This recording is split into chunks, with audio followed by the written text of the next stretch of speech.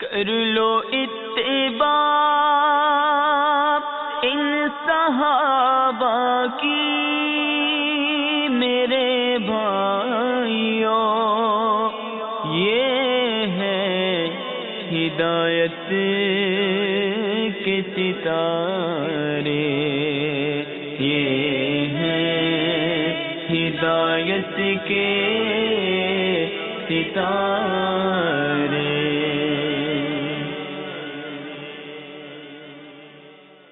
الحمدللہ رب العالمین والصلاة والسلام علی سید المرسلین، اما بعد فاعوذ باللہ من الشیطان الرجیم، بسم اللہ الرحمن الرحیم۔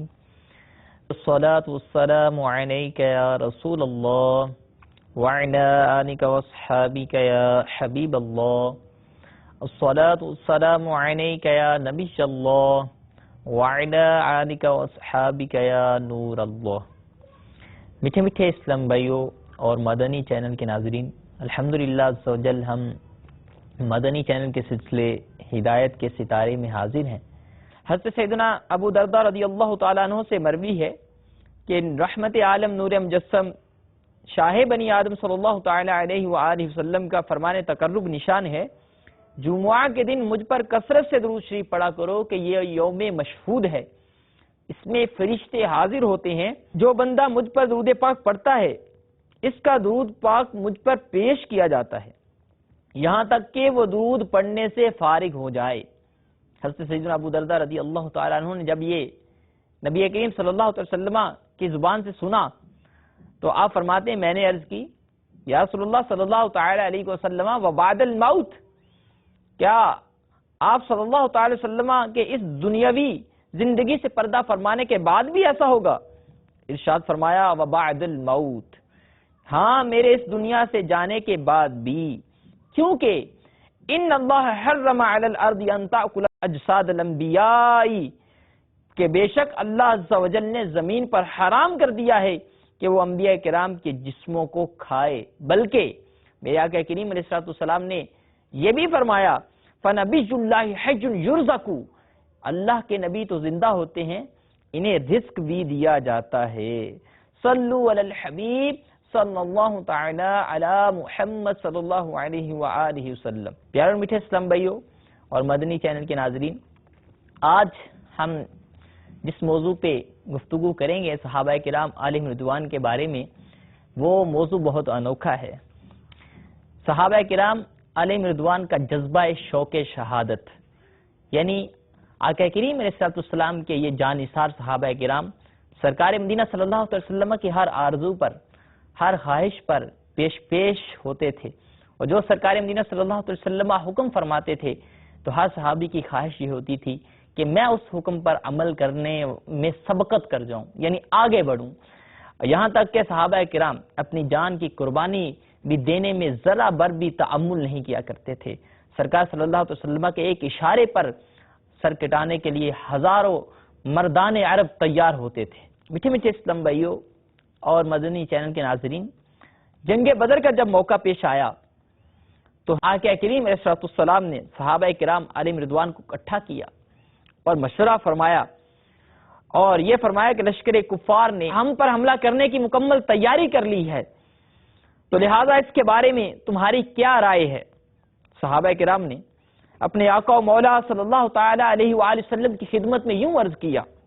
حضرت سعد بن عبادہ رضی اللہ تعالیٰ عنہ یہ انصار کی طرف سے اٹھے اور کھڑے ہو کر کہا، یا رسول اللہ صلی اللہ تعالیٰ علیہ وسلم، خدا کی قسم آپ ہمیں عدن تک لے جائیں گے تو ہم انصار میں سے کوئی ایک شخص بھی ایسا نہ ہوگا جو آپ کے حکم کی خلاف ورزی کرے گا۔ آپ ہمیں اشارہ فرمائیں، ہم آپ کے ہر اشارے پر اپنی جان تک قربان کرنے کے لیے تیار ہیں۔ اس کے بعد حضرت سیدنا مقداد بن عمر رضی اللہ تعالیٰ عنہ نے آقا کریم علیہ السلام کی رائے طلبی پر آپ نے جواب کچھ یوں عرض کیا، یا رسول اللہ صلی اللہ تعالیٰ علیہ وسلم، ہم آپ کے ساتھ ہیں، آپ جہاں چاہیں ہمیں لے جائیں، ہم کبھی بھی وہ بات اپنے منہ سے نہ نکالیں گے جو بنی اسرائیل نے حضرت موسیٰ علیہ السلام سے کہی تھی، یعنی آپ جائیے اور آپ کا رب، تم دونوں لڑو، ہم یہاں بیٹھتے ہیں اور ہم مردانہ وار دشمن کے ساتھ مقابلہ کرنے کے لیے تیار ہیں۔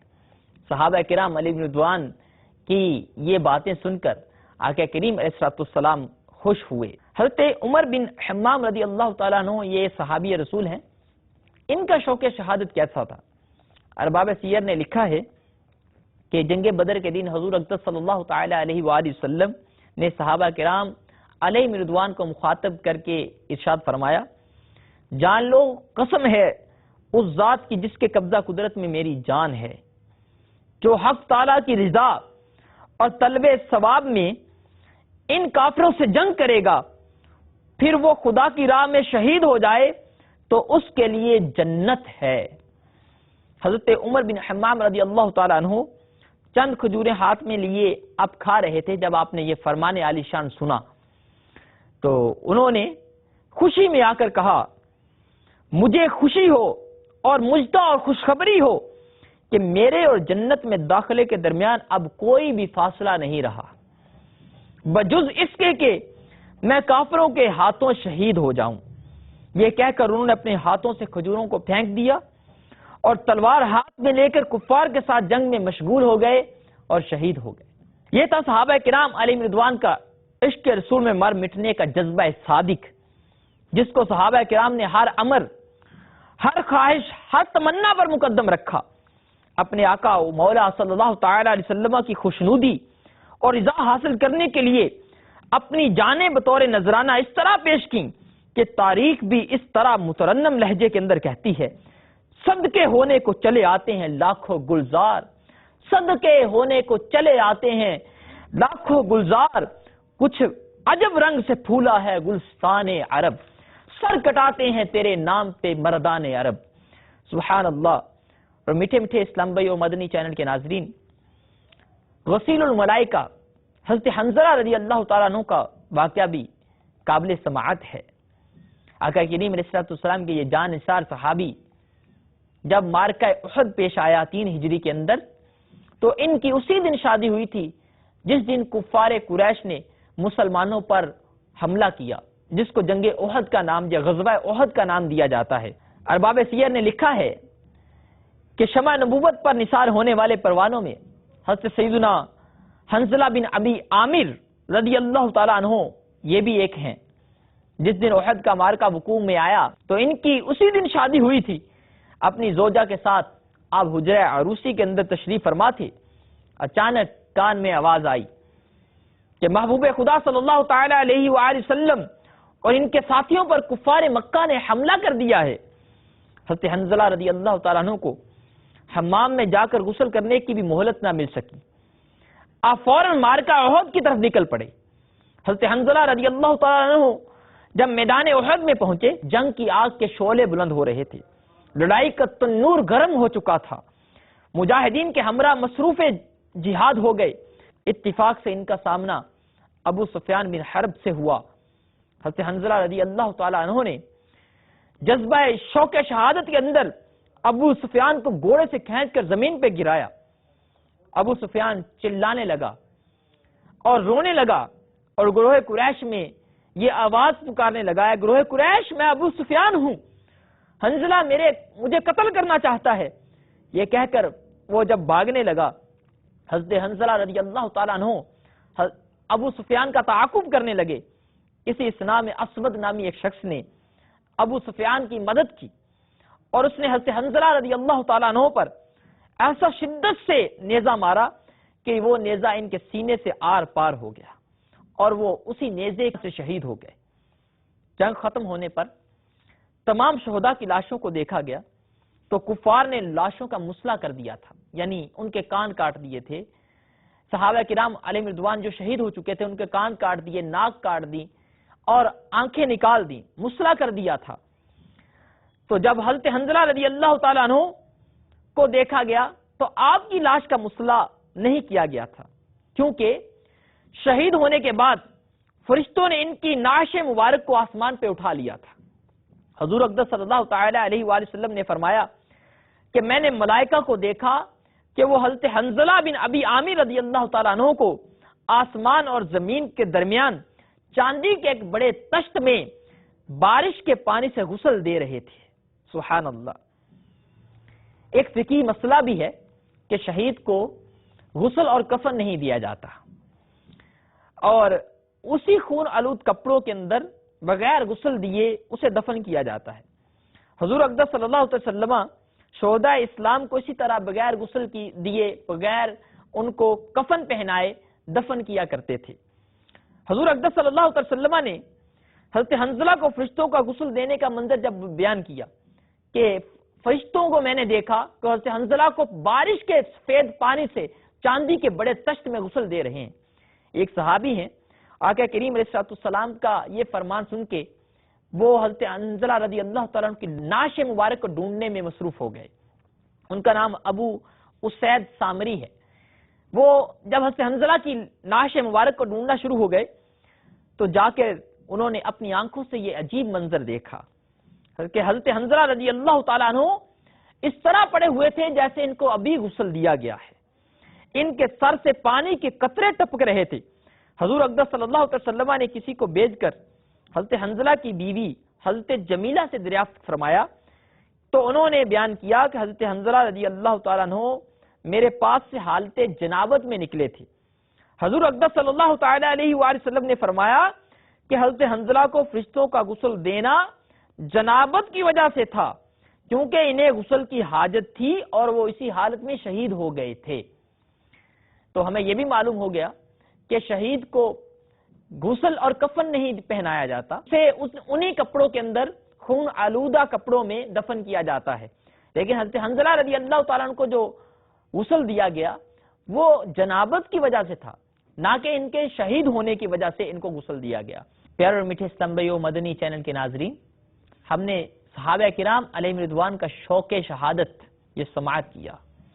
آقا کریم علیہ السلام کے یہ جان نثار صحابہ سرکار سے کس قدر عشق کیا کرتے تھے اور یہ اس عشق میں اپنی جان تک قربان کرنے کے لیے تیار رہا کرتے تھے۔ اس کا ایک واقعہ حضرت خبیب بن عدی رضی اللہ تعالیٰ عنہ کو بھی ہے۔ جب ان کو کفار مکہ مقام تنعیم کے اندر شہید کرنے کے لیے لے جا رہے تھے تو اثناء راہ کفار مکہ نے ان سے ایک عجیب بات کہی۔ وہ بات یہ تھی، وہ آپ سے پوچھنے لگے اور آپ کے عشق کا امتحان لینے لگے۔ ابو سفیان نے یہ سوال کیا، اے خبیب، اگر تمہاری یہ خواہش ہو کہ تمہاری بجائے اس دار پر جس پہ تمہیں لٹکایا گیا ہے، اس دار پر محمد صلی اللہ علیہ وسلم ہوتے اور تم اپنے گھر میں سلامتی کے ساتھ ہوتے تو کیا اس پہ تم راضی ہو؟ ایسا تم چاہتے ہو؟ اس پر حضرت خبیب رضی اللہ تعالیٰ عنہ نے جو جواب ارشاد فرمایا وہ تاریخ کے اندر لکھا گیا ہے۔ عاشقان رسول کے لیے یقیناً وہ نمونہ حیات کی طرح ہے۔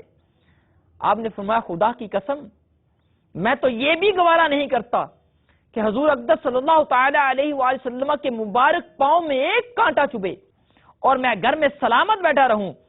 اس پر کفار برانگیختہ ہوئے اور آپ کے ساتھ طرح طرح کی سختیاں اور بےہودگیاں کرنے لگے اور آپ کے قتل پر آمادہ ہو گئے۔ اور حضرت خبیب رضی اللہ تعالیٰ عنہ کو اس سنگین ماحول میں اپنے آقا و مولا جان عالم صلی اللہ علیہ وسلم کی یاد اور تصور میں مستغرق ہو گئے۔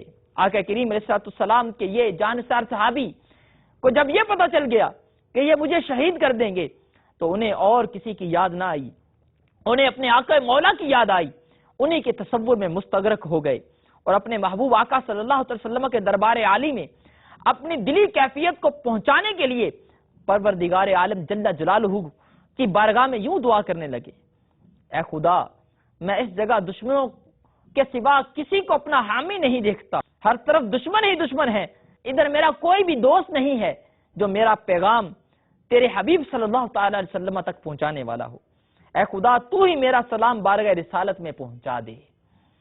حضرت زید بن ثابت رضی اللہ تعالیٰ عنہ فرماتے ہیں کہ میں حضور اکرم صلی اللہ علیہ وسلم کی مجلس شریف میں بمقام مدینہ منورہ میں ایک جماعت کے ساتھ موجود تھا۔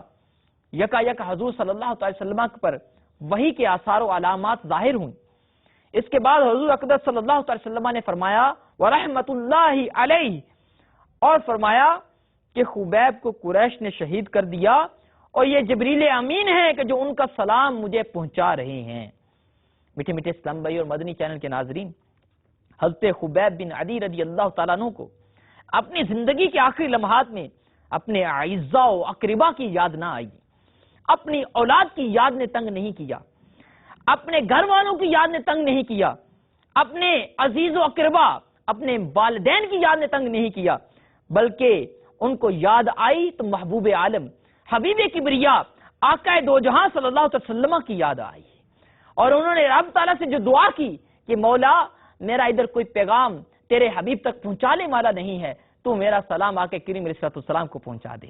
یہ یقیناً کس قدر پیارا یہ واقعہ ہے کہ آقا کریم علیہ السلام کے ساتھ صحابہ کرام کس قدر عشق کیا کرتے تھے، جان تک دینے میں دریغ نہیں کرتے تھے، ذرا بھر بھی تعامل نہیں کیا کرتے تھے۔ ہمیں چاہیے کہ ہم اپنی زندگی کو آقا کریم علیہ السلام کے ان صحابہ کو، ان ہدایت کے ستاروں کو اپنی زندگی کے لیے نمونہ حیات بنائیں، ان کے مطابق زندگی گزارنے کی کوشش کریں۔ یقیناً تمام صحابہ آقا کریم علیہ السلام کے یہ ہدایت کے ستارے ہیں۔ آقا کریم علیہ السلام نے خود فرمایا اصحابی کالنجومی، میرے صحابہ ستاروں کی مانند ہے، بِأَيِّهِمْ اقتدیتم اہتدیتم، تم کسی کے بھی پیروی کرو گے تو ہدایت پا جاؤ گے۔